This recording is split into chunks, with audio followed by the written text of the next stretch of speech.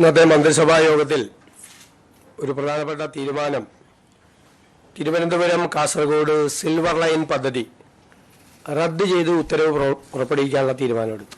പ്രസ്തുത പദ്ധതിക്കായി ഭൂമി ഏറ്റെടുക്കുന്നതുമായി ബന്ധപ്പെട്ട് പുറപ്പെടുവിച്ചിട്ടുള്ള എല്ലാ വിജ്ഞാപനങ്ങളും റദ്ദ് ചെയ്യാൻ തീരുമാനിച്ചു. സിൽവർ ലൈൻ സമരവുമായി ബന്ധപ്പെട്ട വിവിധ കോടതികളിലും പോലീസ് സ്റ്റേഷനുകളിലും ഒക്കെ നിലനിൽക്കുന്ന കേസുകൾ അത് ആഭ്യന്തര വകുപ്പ് അത് പരിശോധിച്ച് ആ കേസുകൾ പിൻവലിക്കാൻ വേണ്ടിയിട്ടുള്ള കേസുകളുടെ സ്വഭാവം അനുസരിച്ച് അത് പിൻവലിക്കാൻ വേണ്ടിയിട്ടുള്ള ശുപാർശകൾ കോടതിയാണ് അത് അനുമതി നൽകേണ്ടത്. കോടതിയിലേക്ക് ഗവൺമെൻറ് അതിനുള്ള ശുപാർശ കോടതിക്ക് മുൻപാകെ നമ്മൾ സമർപ്പിക്കാൻ തീരുമാനിച്ചു. പിന്നെ പദ്ധതിക്ക് വേണ്ടി സ്ഥാപിച്ചിട്ടുള്ള മഞ്ഞക്കുറ്റികൾ അത് നീക്കം ചെയ്യുന്നതിന് റവന്യൂ വകുപ്പിന് നിർദ്ദേശം നൽകിയിട്ടുണ്ട്. നോക്കൂ, നമ്മുടെ സതീശൻ സാറ് പുതിയ മുഖ്യമന്ത്രി സിക്സർ അടിച്ചുകൊണ്ടിരിക്കുക എന്നുള്ള കാര്യത്തിൽ ഒരു സംശയമില്ല. കേരളത്തിലെ ക്രിക്കറ്റിലെ താരമാണ് സഞ്ജു സാംസണെങ്കിൽ രാഷ്ട്രീയത്തിലെ സഞ്ജു സാംസനാണ് നമ്മുടെ വി.ഡി. സതീശൻ സാറ്.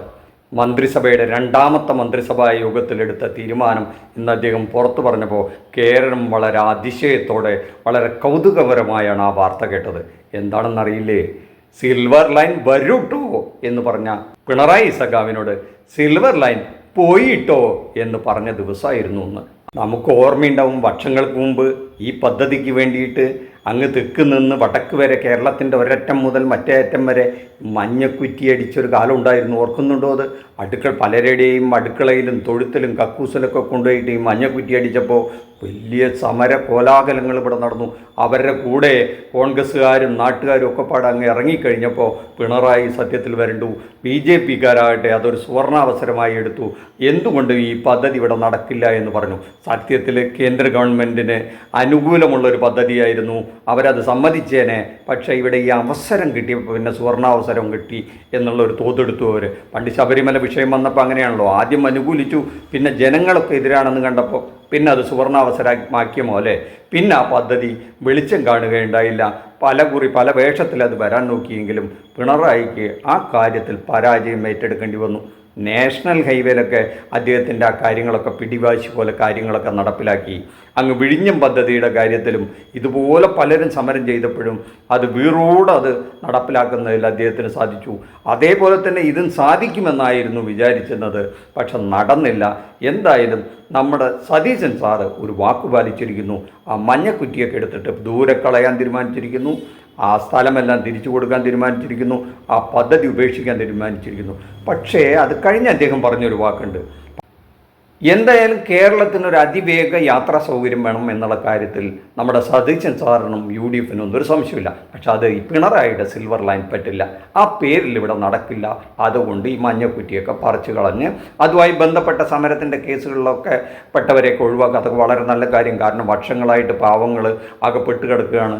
ആ സ്ഥലത്തിന് ലോൺ എടുക്കാൻ പറ്റുന്നില്ല, വിൽക്കാൻ പറ്റുന്നില്ല. അതെല്ലാം ചെയ്തത് വളരെ നല്ല കാര്യം. പക്ഷെ പിന്നീട് പറയുന്നത് ഈ അതിവേഗ കോറിഡോർ ഒന്ന് നിലവിൽ വരുന്ന പറയണത്. അപ്പോൾ അത് ഏത് വഴി പണിയും? ആർക്കൻ ട്രെയിൻ എന്നൊക്കെ ഒരു സങ്കല്പമുണ്ടല്ലോ, അതുമാതിരി വല്ല സംഭവം വരാനുള്ള ചാൻസ് ഉണ്ടോ? ഉണ്ടെങ്കിൽ കുഴപ്പമില്ല, കാരണം ആകാശത്ത് കൂടെ പറക്കുകയാണല്ലോ. ഭൂമി ടച്ച് ചെയ്തുകൊണ്ടാണ് ഈ സാധനം പോകണമെങ്കിൽ. കാരണം എക്സ്ക്ലൂസീവായ ഒരു പാത വേണമല്ലോ ഈ അതിവേഗ ട്രെയിൻ പോകുന്നത്. നമ്മളെ ഇപ്പോൾ ഉള്ള ഈ റെയിൽവേ പാത വഴി പുറപ്പെട്ട് കഴിഞ്ഞാൽ അവിടെ പിറ്റേ ദിവസമേ തിരുവനന്തപുരത്ത് എത്തുള്ളൂ എന്ന് പറഞ്ഞാൽ ഇപ്പോൾ ഒരു 10 മണിക്കൂറെങ്കിലും 8-9 മണിക്കൂർ വേണം, അല്ലെങ്കിൽ അതിൽ കൂടുതൽ വേണം തോന്നുന്നു. സൗകര്യം ഒരുക്കണമെങ്കിൽ ഭൂമി കൂടെ സാധ്യമാവുള്ളൂ. ആ ഭൂമി വഴി പോകണമെങ്കിൽ സ്ഥലമേറ്റെടുക്കേണ്ടി വരും. ഇനി ആ സമയത്ത് അടിക്കുന്ന കുറ്റികളുടെ നിറം എന്താ അടിക്കുക എന്നറിയില്ല. മഞ്ഞക്കുറ്റിക്ക് പകരം വേറെ വല്ല ത്രിവർണ്ണ കുറ്റിയാണോ ഇനി മറ്റെന്തെങ്കിലും കുറ്റിയാണോ എന്നൊക്കെ അറിയില്ല. അതെന്തായാലും വരും നാളുകൾക്ക് കാണാം. ആ സമയത്ത് ആരൊക്കെയാണ് സമരരംഗത്തേക്ക് വരിക? അന്ന് പണ്ട് സമരം ചെയ്തവർ വരുമോ, അതോ ഇനി ഇപ്പോൾ പ്രതിപക്ഷത്തേക്ക് പോയ ആൾക്കാർ അന്ന് കൊടിയായിട്ട് വരുമ്പോൾ ഈ സതീശൻ സാർ എന്ത് ചെയ്യും എന്നുള്ളതൊക്കെ നമുക്ക് കാത്തിരുന്ന് കാണാം. എന്തായാലും കേരളത്തിന് നന്മ വരട്ടെ, കേരളത്തിൻ്റെ വികസനത്തിന് എല്ലാം ഗുണകരമാവട്ടെ എന്ന് നമുക്ക് ആശിക്കാം, ആഗ്രഹിക്കാം. നമ്മുടെ പ്രേക്ഷകർക്കും ഇതിനെപ്പറ്റി എന്തെങ്കിലുമൊക്കെ അഭിപ്രായം പറയാണ്ടാവുമല്ലോ, ആ കമൻറ്റ് ബോക്സിൽ ഇട്ടോളൂ കേട്ടോ. ഈ ചാനലൊന്ന് സബ്സ്ക്രൈബ് ചെയ്ത് വെച്ചോളൂ. ഇഷ്ടം പോലെ വിഷയങ്ങൾ നമുക്ക് ദിവസവും കിട്ടും. അതുമായിട്ട് നമുക്ക് വീണ്ടും കാണാം.